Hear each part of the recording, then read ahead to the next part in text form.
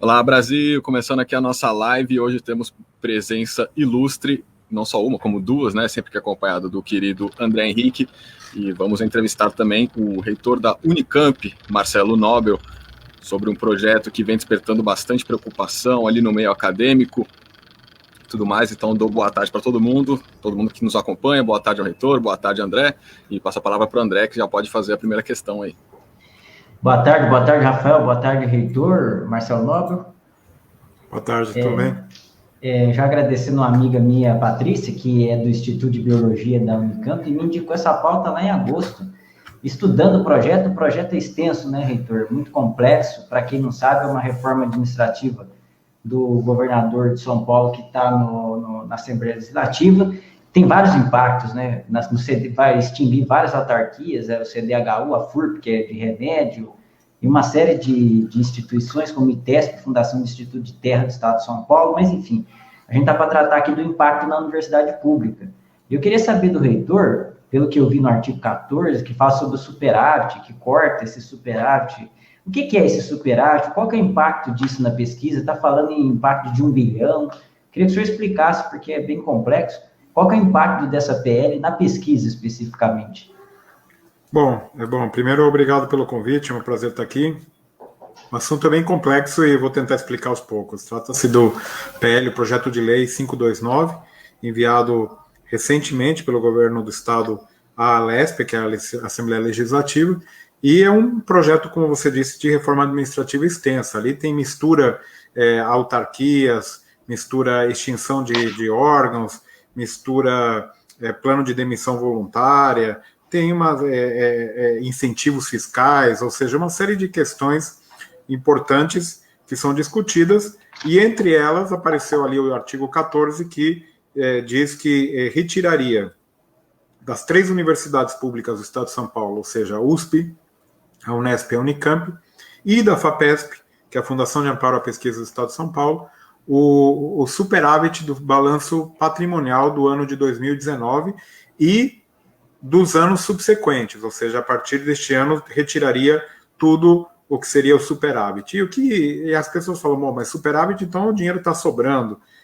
Não, pelo contrário, o dinheiro não está sobrando. Há 6 anos, nas 3 universidades públicas, a gente tem lidado com déficit. Na verdade, o déficit do ano financeiro, ele é uma coisa, e o superávit é um recurso que nós temos guardado lá de trás, uma reserva que vem sendo consumida ano após ano e que garantiu, durante esse período todo, a sobrevivência das 3 universidades públicas do Estado de São Paulo. O que significa ter superávit positivo num balanço patrimonial? Significa que as instituições estão financeiramente saudáveis, não têm dívidas, não têm empréstimos contraídos, elas têm um recurso, uma pequena reserva que seria usada para momentos de maior dificuldade, como foi. Além disso, neste ano de 2020, essa reserva já foi usada, porque nós tivemos, como todos sabem, uma imensa queda na atividade econômica, e isso afetou diretamente as universidades públicas do Estado de São Paulo. Então, nós estamos aí mostrando para a Assembleia, para os deputados, para o governo, o desastre que esse artigo pode provocar nas pesquisas, no atendimento, no ensino, nas 3 universidades públicas do Estado de São Paulo, e, em particular, na ciência, no caso da FAPESP. Vi que um grupo de cientistas, né, que também encabeçado aqui pela Academia, perdi o nome, de Ciências do Estado de São Paulo, né, está promovendo um abaixo-assinado. Em um dos textos aqui que eles sugerem que enviam aos deputados, eles apontam que esse projeto, ou pelo menos esse artigo, tem a possibilidade de paralisar atividades científicas do Estado, né, atingindo principalmente a USP, a Unicamp e a Unesp. É verdade? Confere essa história? Sim, o nosso medo é esse. Tem aí a retirada prevista de recursos da FAPESP. E vejam, ter dinheiro guardado não significa que tem dinheiro sobrando, significa que tem um planejamento. A FAPESP, às vezes, aprova projetos de pesquisa de 4, 5, 6, 11 anos. Então, precisa ter esse dinheiro reservado para poder honrar com os compromissos. Nós temos dinheiro reservado em dezembro para pagar os compromissos de janeiro, de fevereiro, que são naturalmente meses que temos aí férias, décimo pagamento de 13º, ou seja, é algo natural você retirar recursos das universidades que têm a autonomia financeira e administrativa para poder realmente planejar, para poder funcionar direitinho, é realmente algo que nunca ocorreu, é algo inusitado e coloca em risco, sim, muitas atividades de pesquisa, muitas atividades assistenciais nos nossos hospitais e, naturalmente, o ensino nas nossas instituições também. Ou seja, estamos bem preocupados com essa questão.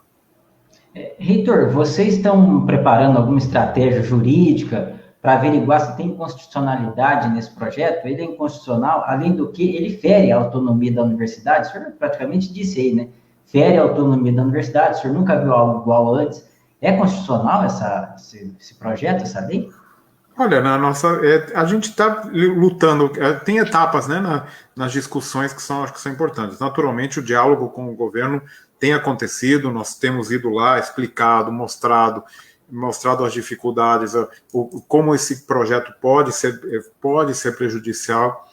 Por outro lado, estamos conversando com todos os deputados estaduais, acho que é uma ação importante mostrar para os deputados o perigo desse projeto de lei. E notem, um detalhe importante, o projeto é tão extenso e tão complexo que na Assembleia Legislativa, se não me engano, teve mais de 650 propostas de emenda para o projeto como um todo. Só esse artigo 14 teve 45 propostas de emenda para modificá-lo, ou seja, é um assunto extremamente complexo. Então, passo a passo, nós estamos indo.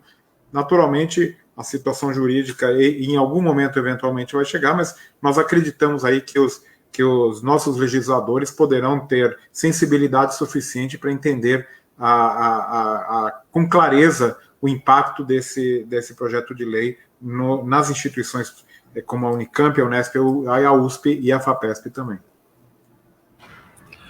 Reitor, eu queria entrar um pouco mais no território político, né? O governo Dória vem promovendo aí. Esse projeto segue a linha de ajuste, equilíbrio econômico que eles estão propondo. Como se avalia, no geral, essa gestão do governo Dória em relação às universidades? Tem investimento suficiente? Está afetando? Como é que está a situação? Em geral, a gente tem um excelente diálogo com a Secretaria de Desenvolvimento, com a Secretaria de Educação, com outras secretarias. Nós continuamos fazendo projetos em parceria. É importante ressaltar isso, como instituições públicas, como universidades que são, na verdade, são do povo do Estado de São Paulo. Nós somos parte do governo, nós fazemos parte de um projeto que não é de um governo específico, mas é do Estado como um todo.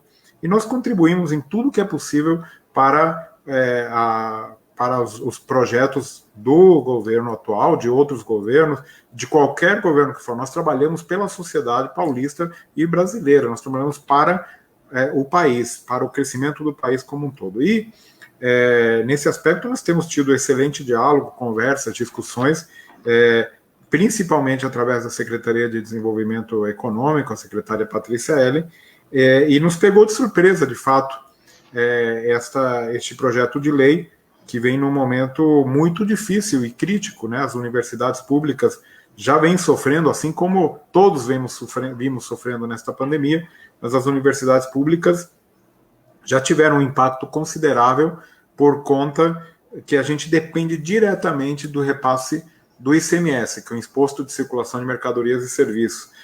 Um percentual fixo do ICMS é mandado para cada universidade e com o decréscimo da atividade econômica nós temos sofrido bastante. Só para vocês terem uma ideia, a frustração de receitas da Unicamp este ano já foi de 275 milhões de reais. Este ano somente, porque a economia caiu muito. Então nós já estamos sofrendo um baque terrível. Isso sem contar este projeto de lei. Então, e lembrando um detalhe que não é um detalhe, é algo fundamental. As 3 universidades públicas são as únicas autarquias do Estado que pagam o salário dos seus servidores com esse recurso, e não só dos seus servidores, dos aposentados também. Então, nós pagamos os nossos servidores na ativa e os aposentados com esse recurso que é repassado via ICMS. E nós estamos aí numa situação bastante delicada e difícil. Reitor, a justificativa do governo é porque ele precisa contornar o rombo causado pela pandemia. O senhor falou aí que a universidade faz parte do governo, que ajuda. Vocês têm alguma contraproposta? Vocês estão pensando, dialogando com o governo para achar outra alternativa? Porque a justificativa do governador é que precisa cortar gasto, porque senão o governo não vai conseguir honrar compromissos por conta o nosso argumento é muito simples, é simplesmente mostrar as contas e mostrar que a gente, com esse recurso, a gente paga. Se tirar esse recurso, no dia seguinte nós precisaremos ir no próprio governo e pedir dinheiro para pagar os nossos salários e os nossos aposentados. Então, eu não consigo ver a conta, na nossa visão, não fecha e, portanto, é realmente uma situação bastante delicada. Nós temos mostrado isso para o governo e insistido nessa questão, e é isso. Basicamente, a gente acredita que esse recurso precisa ficar na universidade, porque a gente depende dele para sobreviver e para continuar atendendo a população, para continuar fazendo pesquisas e para continuar a nossa excelência que foi conquistada a tão duras penas. Além disso, acho que é importante destacar o seguinte: ao retirar o recurso no final do ano, você não privilegia a excelência na gestão, porque o que acaba acontecendo? A gestão pública vai acabar querendo gastar naquele ano, porque não vai ter, tudo que sobrar será retirado. Então, isso vai contra qualquer ação de boa gestão que você eventualmente queira promover, e que nós temos promovido. Nós fizemos o possível e impossível para equilibrar as finanças da universidade. Vocês mesmos já me entrevistaram no passado sobre essa questão, essa dificuldade financeira, e todas as medidas que nós fizemos para atingir o equilíbrio financeiro orçamentário. E esse tipo de situação acaba jogando por terra todo esse trabalho realizado nas 3 universidades públicas, diga-se de passagem. Ô, reitor, eu estou aqui para a gente entender um pouco melhor assim, o aspecto da pesquisa, né, a importância dessa pesquisa. Eu estou aqui com uma notícia que eu queria mostrar para vocês. Essa história do saco de lixo desenvolvido por empresa brasileira consegue eliminar o coronavírus. Aqui se trata, né, uma comprovação da Unicamp. E a minha pergunta é se pesquisas como essas que seriam atingidas por esse projeto. Como é que funciona essa em particular não, viu? Porque essa é de uma empresa e que foi feita mais uma prestação de serviços para testar e tal. E eu acho que... Mas nós temos um monte, né? Se você olhar ali, põe no mecanismo de busca Força-Tarefa Unicamp Covid-19, você vai ver, a gente tem uma página dedicada a dezenas, né? Na verdade são mais de 70 grupos de pesquisa que se reorganizaram para fazer pesquisas no combate à pandemia. Então, nós temos muitas pesquisas sendo realizadas neste momento em todas as áreas do conhecimento, que vão desde a medicina, biologia, genética, epidemiologia, ciências sociais, em todas as áreas para combate ao coronavírus, e certamente vão prejudicar essas pesquisas, vão prejudicar o funcionamento pleno da universidade. É realmente algo preocupante. Reitor, tem uma pesquisa aqui, eu não sei se vou conseguir colocar, vamos ver, não sei se está aparecendo aí. A Unicamp e USP avançam na elaboração de vacina por spray nasal. Não sei se essa é uma das pesquisas que poderia prejudicar, eu imagino que sim. Sim, todas as pesquisas, sem dúvida. Eu queria que o senhor falasse um pouco dessa pesquisa, que é muito importante. É uma vacina por spray nasal para combater o coronavírus. Pode já estar disponível no início de 2001.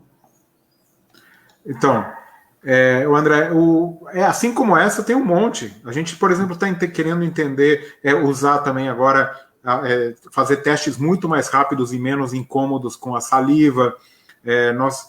Para vocês terem uma ideia, na Unicamp hoje, foram mais de, se não me engano, 15% dos testes do estado de São Paulo foram realizados na Unicamp. Mais de 70 mil testes, nós atendemos 150 municípios. Estamos pesquisando, por exemplo, coisas que ainda não se conhecem. Por que, por exemplo, pessoas diabéticas têm mais propensão a ter o desenvolvimento de um caso grave, no caso do coronavírus? Ou seja, a relação do coronavírus com a obesidade, com a diabetes, com uma série de outras doenças. Estamos desenvolvendo equipamentos tecnológicos, estamos fazendo avanços na epidemiologia, na pesquisa epidemiológica em si. Ou seja, tem ali... eu recomendo realmente que vocês entrem na página, vejam ali a página da Unicamp, tem ali, você entra, depois tem pesquisas e força-tarefa Covid-19. Tem muita coisa sendo realizada e, naturalmente, todas essas pesquisas terão aí prejuízos quando a gente tiver aí que elaborar planos para contenção de despesas. Não tem escapatória, né? Não existe um milagre que aconteça. A gente tem que continuar pagando nossos salários, nosso 13º, nossas contas, e naturalmente, em algum lugar, teremos que deixar de atender. Eu não sei se o reitor concorda comigo, mas me parece que o erro principal, eu sei que é uma simplificação, talvez, da minha parte, é confundir a administração pública e universidade com empresa, né? Em relação a essa questão do superávit. O senhor está falando que tem pesquisas de longo prazo, então precisa dessa reserva. Não, na verdade, a confusão que surge, e acho que é importante destacar que superávit não significa sobra de dinheiro. Nós trabalhamos com o superávit justamente para poder planejar e poder fazer um orçamento que seja cumprido, que seja realista, que a gente possa pagar as contas. Nós, de fato, qualquer um pode, esses dados são públicos, podem entrar lá no balanço financeiro de 2019, de 2018, de 2017. Desde 2014, a gente está trabalhando com déficit, que é coberto com um recurso, uma reserva que a universidade juntou ao longo do tempo. Se não fosse essa reserva, a gente tinha que ter batido lá na porta do governo desde o primeiro momento, e nunca fizemos isso. Então, esta reserva, infelizmente, nesse momento de crise tão prolongada econômica, está acabando. E é como eu posso dizer assim,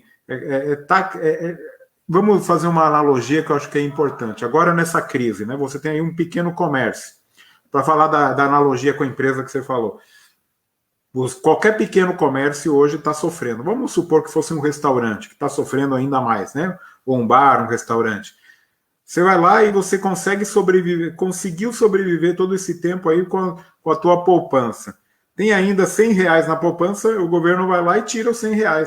É mais ou menos isso que está acontecendo. A gente tem um resto de uma reserva que tá colocada ali, e a notícia desse PL mostra que o governo quer tirar essa pouca reserva que nos resta para manter essa sobrevivência. É um pouco essa a situação que a gente está vivenciando hoje em dia. Não sei se a analogia é das mais perfeitas, sempre tem os problemas com a analogia, mas basicamente é isso que está acontecendo. E aí a luta das próprias universidades, dos cientistas, é pela derrubada desse artigo, né? Não do projeto inteiro. Olha, o projeto tem outros problemas também, mas naturalmente aí cada entidade, tem várias questões aí que são colocadas. Eu, infelizmente, não conheço a fundo, me dediquei mais a trabalhar na discussão deste artigo específico, mas eu acho que o governo tem trabalhado e discutido com outras entidades, porque tem outras questões colocadas com as outras autarquias, com as outras questões que aparecem ali, mas eu realmente me foquei bastante nesse artigo 14, é aquilo que a gente está discutindo com os deputados, que nos diz respeito mais diretamente. Reitor, como é que está assim, o clima dos pesquisadores na Unicamp? Assim, eu imagino que nas outras universidades também. Como é que está o clima assim, dentro da universidade? Depois dessa PL, as pessoas ficaram muito preocupadas, receosas, começaram a procurar o reitor, estão criando algum movimento, que agora é difícil fazer manifestação, né, mas estão criticando muito o governo. Como é que está a reação dentro da universidade e a preocupação das pessoas, porque impacta no trabalho delas, né? Olha, tem as duas coisas. Na verdade, as pessoas que estão acompanhando, infelizmente nós temos, assim como no país como um todo, na universidade não é diferente. Nós temos muita gente que está completamente ausente do debate, não tem nem ideia do que está acontecendo, mas as pessoas que estão acompanhando estão muito preocupadas, né, porque sabem que é o futuro das suas carreiras, da sua gestão, da sua vida que está em jogo. Então, certamente é um assunto que preocupa todas as pessoas. E a gente tem argumentado isso com o governo também, que seria uma pena, né, esse governo ser rotulado, né, com esta questão que é tão preocupante. Eu acho que é um legado político que ninguém quer ter. Então, a gente tem argumentado nesse sentido também nas nossas discussões. Eu acho que é importante que as pessoas se conscientizem, se engajem, vejam, né, de que maneira podem contribuir, acionando os deputados, acionando jornais. Eu acho que o engajamento político nesse momento, eu acho que é muito importante para mostrar para os deputados o perigo que tem esse projeto especificamente. Não, sem dúvida. Vão continuar atento, né? Eu queria mudar levemente o assunto, né? A gente citou coronavírus, a Unicamp está sem atividades desde março, né? E agora definiram 16 de novembro para o retorno. Como é que está a expectativa aí em relação a essa volta? Bom, aqui também eu tenho que esclarecer algo. A gente vai começar o retorno. Eu tenho dito que é um retorno gradativo e gradual, uhum, e parcial.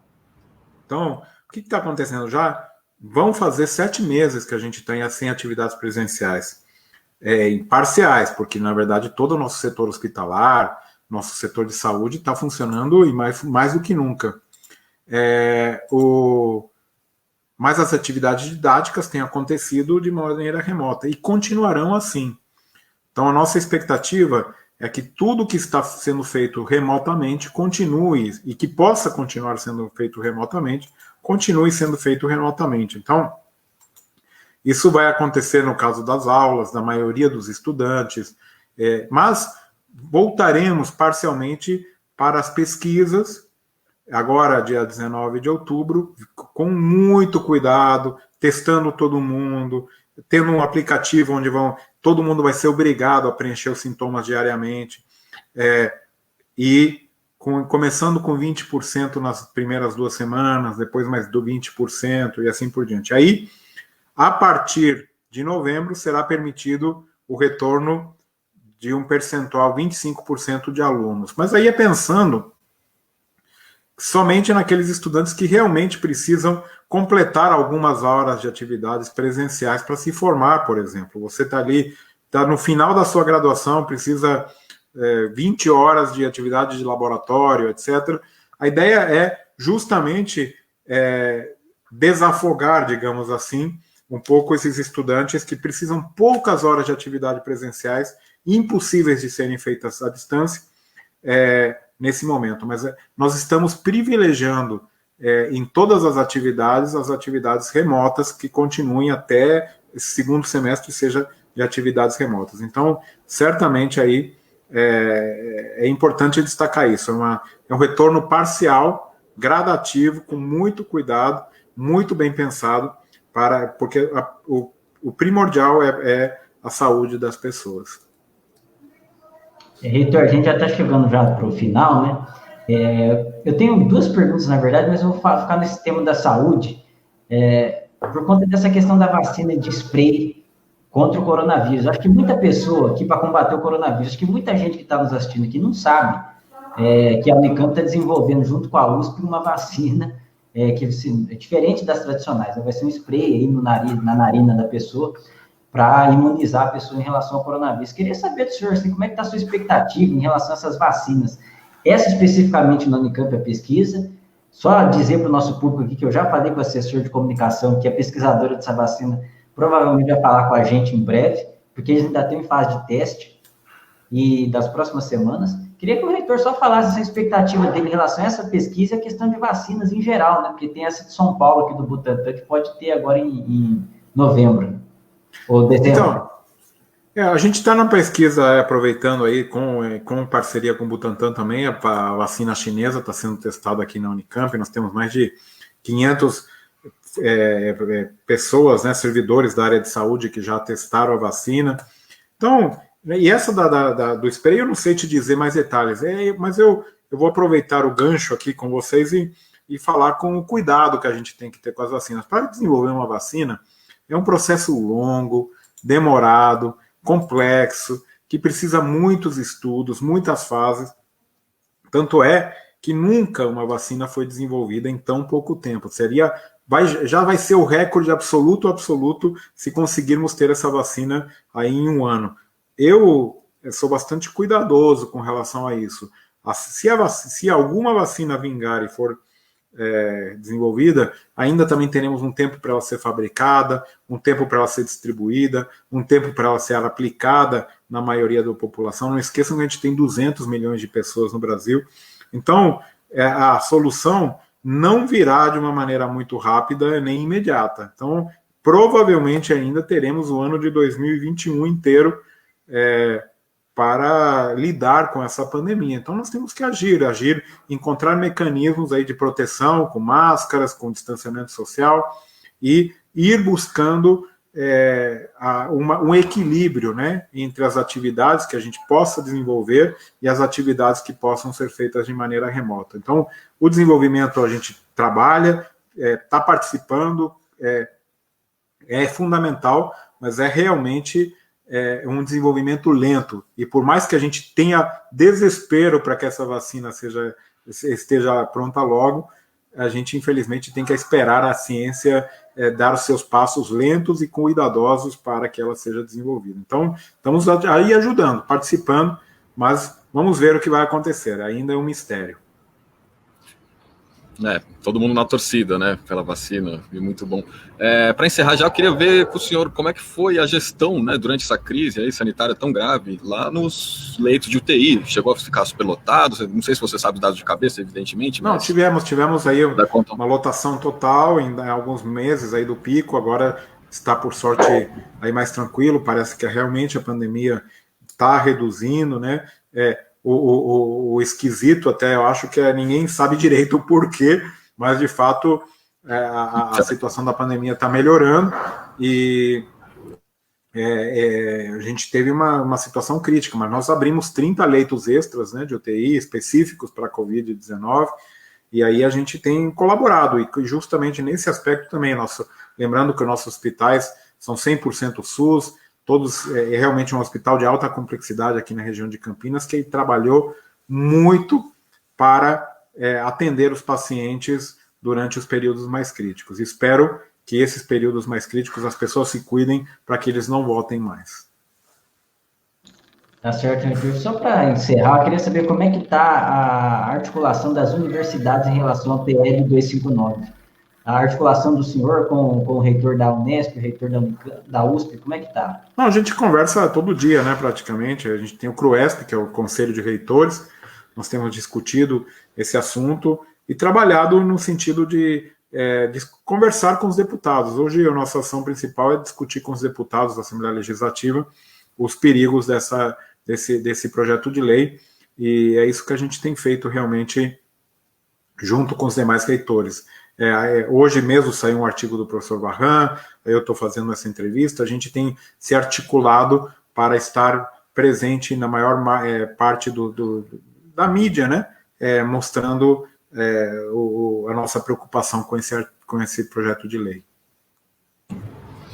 Isso aí, reitor, e a gente se coloca aqui à disposição, né, para qualquer necessidade. Nosso jornal que defende editorialmente pesquisa, ciência, o próprio SUS, que o senhor citou aí muito bem. Aliás, desejamos toda a força aí e o parabéns por essa luta, que a gente sabe que não é simples. E agradecer, no fundo do coração, as palavras que você contou aqui para a gente, essa realidade. Seguimos atentos e passo para o André para ele fazer uma despedida. E lembrando que a gente vai continuar com notícias aqui depois da entrevista com o reitor. Agradecer o reitor mais uma vez. Quando nós iniciamos o projeto independente lá atrás, para quem não sabe, para quem chegou depois, o reitor foi um dos primeiros, segunda ou terceira pessoa que nós entrevistamos na Unicamp, no gabinete dele, e aí, em 2017, e esse ano, no comecinho da pandemia, nós o entrevistamos, e agora, novamente, com mais tecnologia, com a imagem melhor aqui, a gente vai avançando e, editorialmente, sem dúvida nenhuma, nós defendemos a universidade pública, gratuita, o SUS, e um estado de bem-estar social, né? Não esse tipo de privatização. Mas, enfim, aí é uma questão política para outro momento. Agradecer o reitor, deixar aqui o espaço aberto para ele para as considerações finais. Bom, queria agradecer novamente o convite, é sempre uma satisfação falar com vocês. Obrigado aí, parabéns pelo trabalho que vocês têm feito, de destaque aí de assuntos e de pautas importantes para a sociedade brasileira. Então, agradeço a atenção e eu estou sempre à disposição. Deixo aí para o pessoal que tiver curiosidade dar uma olhada na página da Unicamp, que tem todas as informações que gostariam de ter sobre esta e outras questões da universidade. Muito obrigado. Obrigado, Reitor. Excelente, reitor. Bom dia. Obrigado. Boa tarde, né? Até mais. Tchau. Obrigadão.